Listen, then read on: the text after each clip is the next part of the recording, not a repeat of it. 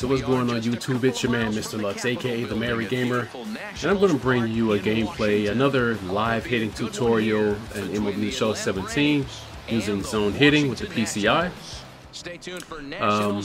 You know, I keep getting questions about my hitting tutorial video that I put up a few weeks ago, and some people still have a little bit of difficulty, so I'm going to kind of talk you through my entire process and some things that I've learned since that video that I've kind of added to my gameplay.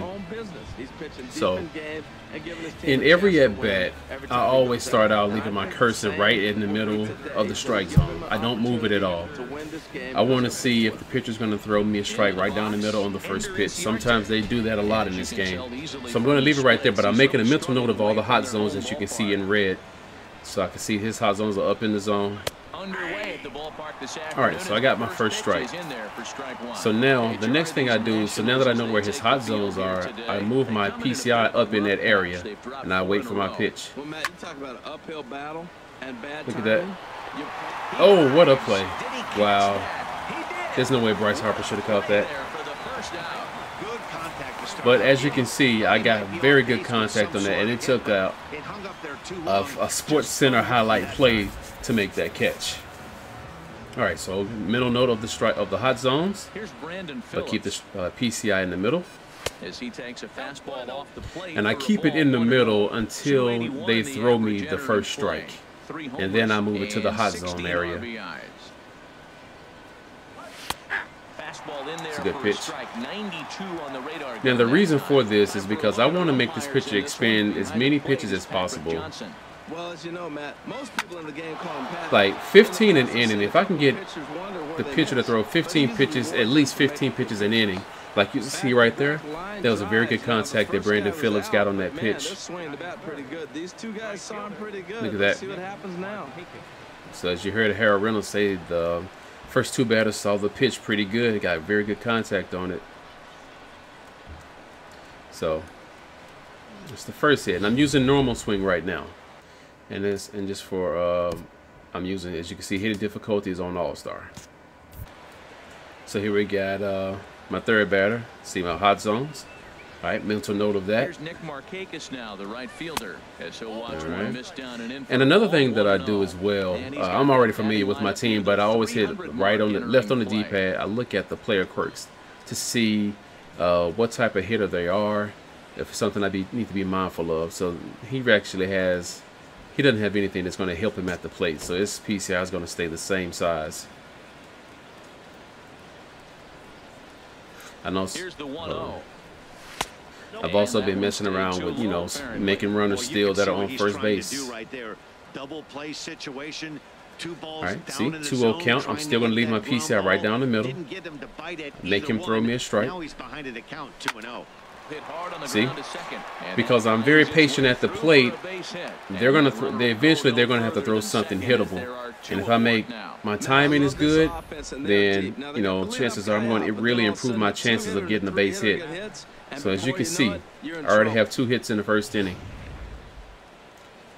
All right, so this is Matt Kemp. I'm looking at his hot zones, okay, but starting out leaving my PCI right down the middle. So here's Matt Kemp now. There's a swing and a drive hit out to right field. Harper looks up. Gone. There you go. There you go. So Matt Kemp with a nice homer there. Again, just using my strategy. Leave your PCI right in the middle of the strike zone. Keep it there until you get the first strike.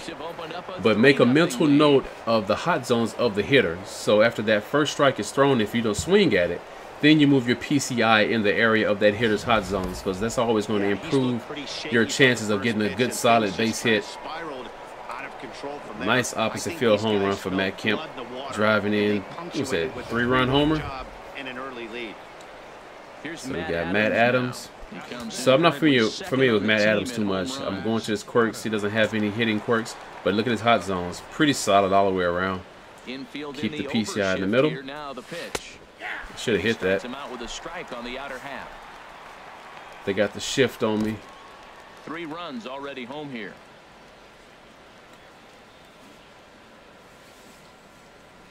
Good pitch. All right, so now this is a good opportunity to tell you my next strategy that I've picked up now. I normally don't use contact swing, but now when I'm behind in the count, I'm always using contact swing now. I come to find out this actually prolongs you know, the pitches. This actually makes the pitcher throw more pitches in the inning, which helps out in the long run for the whole team. Who stands out to you, Danny? Well, I think this team has to hope that Brandon Phillips can Kurt Suzuki. Last month he turned in less than 20 hits. He's just been real inconsistent. All right, so his hot zones are going to be kind of like down here, so keep a note of that. I'm looking for a bounce back here. Good pitch. He's already thrown 13 pitches. Kurt Suzuki has 20/20 vision.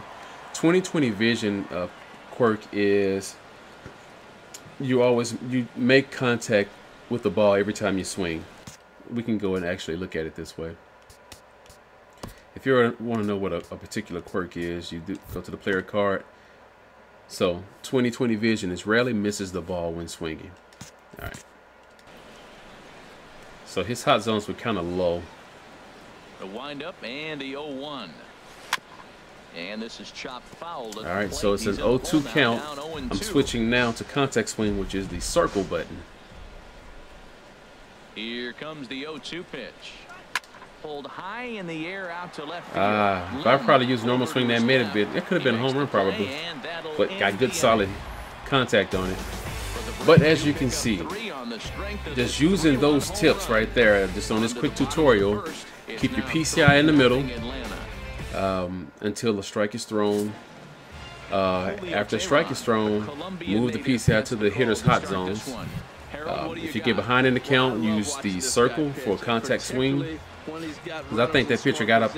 I think he got to at least 15 pitches that inning. So hope you guys enjoyed this quick live tutorial of MLB The Show 17 using zone hitting with the PCI. If you have any other questions with it, let me know and I'll try to answer them best as I can.